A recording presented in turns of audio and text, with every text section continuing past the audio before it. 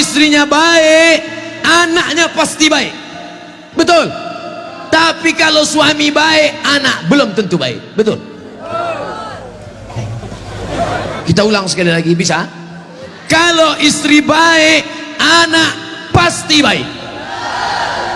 Tapi kalau suami baik, anak belum tentu baik. Mana contohnya? Nabi Nuh alaihi salam. Nabi Nuh itu baik apa enggak baik? Baik, tapi anaknya anak durhaka, namanya Kan'an, gara-gara istrinya tidak baik. Makanya bapak, kalau istri bapak tidak baik, oh, inilah. Kalau dia tidak baik, belajar kepada ibu-ibu di kota Waringin Barat yang sudah baik, Pak. Ajak kursus kemarin. Ini orang baik-baik semua nih. Suaminya tidak baik, namanya Azar, tapi anaknya justru jadi orang baik. Siapa anaknya? Ibrahim. Ibrahim itu bapaknya tidak baik, tapi emaknya perempuan yang baik. Akhirnya apa yang terjadi? Anaknya menjadi anak yang baik. Anak yang baik. Makanya ibu, kalau ada suami ibu yang agak-agak seperti Fir'aun, sabar-sabar. Sabar. Pulang dari sini, bang, insya Allah aku tetap sabar bersamamu, bang, sampai kau ditenggelamkan di Laut Merah, bang. Karena kata Ustadz Somad tadi, insya Allah anakku akan menjadi baik. Suami ibu boleh jadi tak baik, boleh jadi dia perampok, boleh jadi pecandu narkoba, boleh jadi dia sakau, tapi ibu masih ada satu harapan. Anak yang ibu kandung, anak yang ibu didik, anak yang ibu berikan akhlakul karimah, dialah yang akan menjadi pelindung penaung. Di tengah malam dia akan berdoa, Rabbighfirli wali walidayya warhamhuma kama rabbayani shaghira. Maka ibu jangan berputus asa.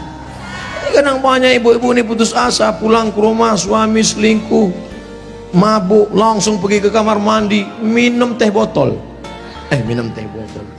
Minum super pel, nggak mati. Seminggu setiap ngomong bubuih.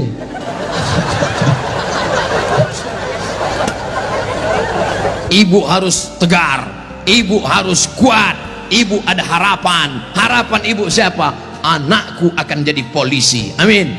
Anakku akan jadi tentara, amin. Ibu sekolahkan saja anak ibu sesuai bakatnya. Perhatikan anak ini bakat. Anak saya suka main layang-layang, berarti jadi pilot helikopter. Anakku suka mandi hujan, angkatan laut. Anakku suka ngembus-ngembus semprit, dua kemungkinan, bisa jadi polisi razia, bisa jadi wasit sepak bola. Yang parkirnya, ibu jangan sebut tukang parkir, karena pada dasarnya kita semua ini adalah tukang parkir. Kita ini semua tukang parkir.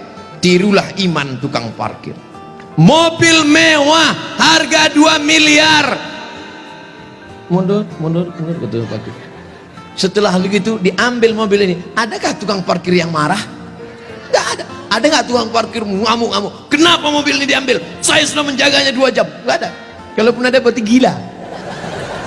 Kita itu juga di dunia ini sama seperti iman tukang parkir. Mobil itu titipan, rumah itu titipan, anak itu titipan, kebun itu titipan. Kita hanya menjaganya di dunia, dan setelah itu kita akan mati.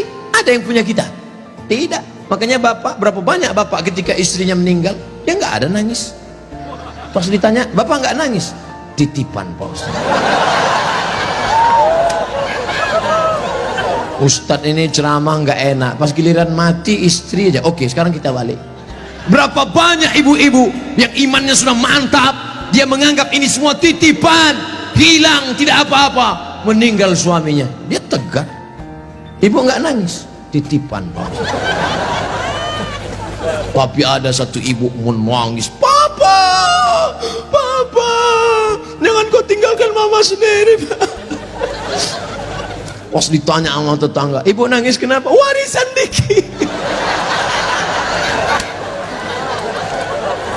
Tapi itu tidak ada di Kobar. Jauh di sana, jauh di pinggiran-pinggiran Pangkalan Bun. Yang di sini semuanya baik-baik, betul?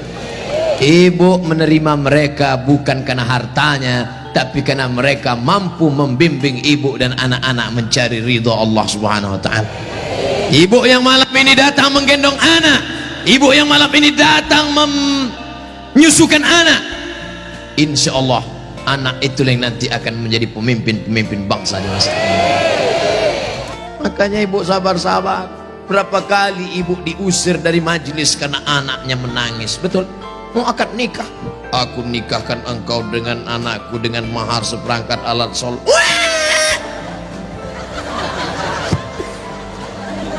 Berapa kali di majelis kematian ibu diusir, betul? Ada orang kaya meninggal, datang anaknya, mantunya, cucunya pakai baju hitam semua, nama kelompoknya Men in Black. Sudah siap-siap mau menangis bersandiwara. 1, 2, 3. Rupanya anak ibu lebih kuat lagi nangisnya. Akhirnya tuan rumah marah, pergi pulang bawa anak. Berapa banyak ibu yang malu di depan orang banyak karena anaknya ingin naik mobil tetangga yang lebih mewah, lebih mahal. Tapi hari ini kesedihan ibu terbayar karena anak ibu adalah anak-anak yang soleh. Siapa yang lebih berbahagia, ibu apa bapak? Kan ibu bisa ngandung karena mereka kan. Sekarang saya tanya, siapa yang paling berbahagia, ibu atau bapak? Mereka tetap bertahan, Pak. Bapak Ibu yang dimuliakan Allah Subhanahu wa taala, siap menjaga persatuan? Jaga persatuan, karena negeri yang kita bangun dengan indah ini akan jadi hancur berkeping kalau tidak ada persatuan dan kesatuan, betul? Maka persatuan ini sama seperti tiang gawang. Kok Ustaz tiba-tiba ingat tiang gawang? Itu tiang gawang, itu tiang gawang. Ibu jaga gawang, jangan sampai kebobolan. Bapak striker, penyerang. Papa silakan kau pergi sejauh mata memandang, tapi di hari petang kau harus membawa uang. Untuk apa? Untuk anak-anak kita, supaya dia tidak makan riba, makan haram. Striker tidak pernah diejek oleh kiper. Kiper tidak pernah marah-marah. Apa kata kiper? Hei striker, kok enak aja di sana, tolong gantian kau jaga sini. Tidak ada, karena mereka sudah siap bagi-bagi bagi tugas. Ceramah di tanah lapang, Ustaz Somad. Ceramah di stadion, Ustaz Somad. Ceramah di TV, Ustaz Somad. Ceramah di YouTube, Ustaz Somad. Tapi yang ngajar di pesantren, yang ngajar di ma'had, yang ngajar di sekolah, para habaib dan ulama, kami udah bagi-bagi tugas. Makanya Habib ulama nggak pernah ngaji. Apa itu Somad itu? Ceramahnya di lapangan aja. Apa itu Abdul Somad itu? Ceramahi ibu-ibu aja. Ustaz gatal. Kan kita udah bagi-bagi tadi. Makanya nonton jangan sepotong-sepotong. Kesana 45 menit, kesini 45 menit, belum, sebentar lagi habis. Masya Allah, tabarakallah, masih lama rupanya. Saudara yang dimuliakan Allah Subhanahu wa taala, di tempat laki-laki Abdul Somad bicara 3, bersama, jaga persatuan kesatuan. Yang kedua, ramaikan masjid dengan sholat berjamaah. Yang ketiga, makmurkan masjid dengan belajar agama, fikih, hadis, tafsir. Siap mengamalkan yang 3? Yang perempuan, yang pertama, ibu jangan sedih, ibu jangan depresi, hadapi masa depan. Didik anak-anak menjadi anak-anak yang soleh dan solihah. Ada pondok pesantren di Kobar.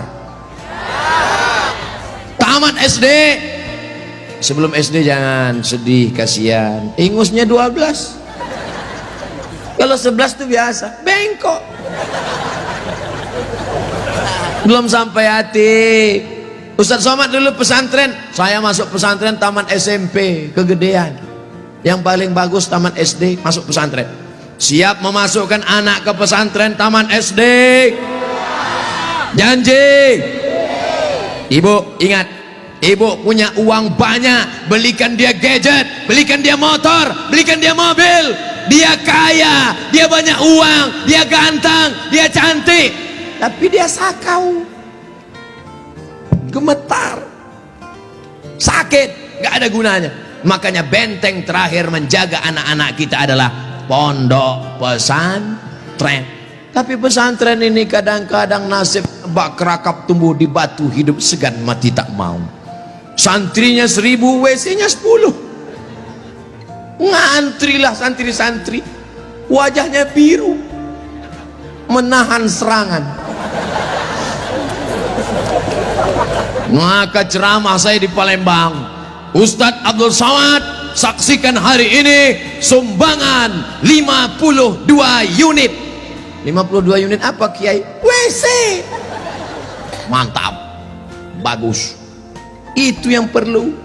Maka yang kaya-kaya datang besok pondok pesantren. Nggak ada gunanya pengajian banyak-banyak, mubazir. Innal mubazirina kanu ikhwana syayatin. Orang mubazir saudara setan. Kalau ada orang kaya tidak peduli pesantren, kalau ada orang hebat pejabat tidak peduli pendidikan agama, mubazir. Setan tidak menggoda dia lagi. Pas setan menggoda, ayo masuk neraka, kata setan sendiri, gak usah bro, dia saudara kita. Hai bro. Oleh sebab itu maka pertama yang ingin disampaikan Abdul Somad khusus kepada ibu-ibu, jangan pernah bersedih hati. Masa depanmu ada pada anak-anak, tataplah mereka masa depan, tapi tentu dengan bahasa ibu. Bahasa ibu paling ngerti dengan anak. Jangan pulang dari sini anaknya dikumpul semua, assalamualaikum. Nggak mesti diceramah. Ibu usap kepalanya, ibu tiup-tiup. Kau akan menjadi pemimpin masa depan nak. Doa ibu luar biasa. Ibu kalau marah sama dia jangan panggil dia setan. Setan.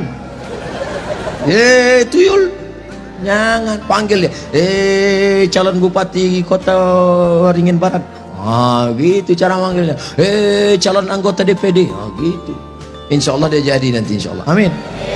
Karena ibu mulutnya luar biasa, berbisa bu. Ibu ngomong salah saja diaminkan malaikat. Maka jangan pernah bicara yang tidak baik, bicara yang baik-baik. Sampai ada seorang laki-laki di zaman Bani Israel sebelum Nabi Muhammad SAW, namanya Juraij. Siapa namanya? Juraij. Ada orang Pangkalan Bun namanya Juraij? Belum ada. Nah, ibu yang hamil-hamil nanti kasih nama anak Juraij. Hai Juraij. Kepala sekolah salah tulis George. Ibunya lewat di depan tempat ibadah Juraij. Apa kata ibunya? Ya Juraij. Juraij merasa Tuhan lebih mulia. Aku tidak perlu menyambut panggilan anak. Aku tidak perlu menyambut panggilan ibuku. Dipanggil kedua kali, ya Juraij. Juraij mengatakan, Tuhan lebih mulia, ngapain aku menyambut ibuku? Panggilan yang ketiga, ya Juraij. Anaknya tidak menyambut juga. Akhirnya tercetus dari mulut ibunya. Apa kata ibunya? Allahumma la tumitshu hatta turihi wujuhal mumisat. Jangan matikan Juraij sebelum matanya melihat wanita tuna susila. Mohon maaf, perempuan tidak baik, PSK, WTS, entah apa lagi namanya, dikabulkan Allah. Tidak lama setelah itu ternyata ada seorang perempuan pengembala kambing, hamil bukan kenyang, hamil, ditangkap, ditanya, hei perempuan, siapa suamimu, siapa yang menghamilimu? Perempuan itu menjawab, Juraij, yang menghamili saya adalah Juraij. Kira-kira masuk akal nggak Juraij menghamili perempuan yang nakal ini? Tidak, bukan dia, tapi fitnah. Dipertemukan Juraij dengan perempuan nakal. Rupanya Allah hanya ingin mengabulkan doa si ibu. Kata si ibu, jangan matikan Juraij sebelum matanya melihat wanita tuna. Akhirnya matanya memang betul-betul melihat wanita tuna susila. Melihat, padahal tidak mungkin ahli ibadah ketemu dengan wanita tuna susila. Kalau Satpol PP ketemu wanita susila memang bisa. Razia maksudnya, mohon maaf Pak Satpol PP. Ini Juraij, orang soleh, akhirnya ketemu, mengaku, siapa yang menghamilmu? Ini Juraij. Ditangkap Juraij, difitnah Juraij. Ternyata kau jahat Juraij, kerjamu ibadah, rupanya pekerjaanmu di balik ini semua menodai pengembala kambing. Dihancurkan tempat ibadahnya, hancur berkeping. Kata Juraij, jangan bunuh aku sebelum anak ini lahir. Setelah anak itu lahir, ditusuk Juraij pakai pusar, pakai telunjuknya, tusuk. Juraij bertanya kepada anak yang baru lahir itu, who is your father? Itu bahasa Pangkalan Bun. Siapa bapakmu? Anak itu menjawab, ra'il ghanam, koboi. Bapak saya adalah pengembala kambing. Akhirnya mereka cium kaki Juraij, mereka bangunkan tempat ibadah Juraij dari emas. Juraij tersenyum. Ini skenario Allah hanya ingin menunjukkan betapa makbulnya doa seorang. Kira-kira ibu bisa nggak menceritakan itu ke anak cucu ibu nanti? Nggak usah dihafal, hidupkan aja MP3-nya. Cari nanti Abdul Somad Pangkalan Bun, Abdul Somad Official, subscribe, like, and share. Anakku, kau jangan melawan ibu nak, karena kalau ku katakan kau jadi katak, kau langsung jadi hantu. Nih ceramah Ustadz Somad tadi malam, dengar baik-baik. Gimana? Iya mah. Itu, insya Allah ibu anaknya semua baik-baik ya. Yang lalu-lalu apa boleh buat tai kambing bulat-bulat. Nasi sudah jadi tai ayam. Nasi tidak bisa kita rubah lagi, Bu. Tapi yang akan datang kita perbaiki. Cucu-cucu yang sudah lahir, sudah besar, nggak bisa lagi. Tapi ibu punya anak perempuan, kasih tahu sama anak perempuan ibu, kamu kalau hamil banyak-banyak baca sholawat. Kalau hamil kata kiai, kata Habib, banyak-banyak baca surat Yusuf nak. Tapi dia salah sangka, disangkanya kalau baca surat Yusuf anaknya ganteng macam Nabi Yusuf. Pas lahir hitam pesek pendek. Wah kiai, Habib, kenapa anak saya begini? Kiai sama Habib nggak marah, mereka nggak pernah marah. Kenapa anak saya begini? Saya sudah baca surat Yusuf. Kenapa anak saya nggak ganteng seperti Nabi Yusuf? Sama suami ente mana? Ini suami saya sama kan?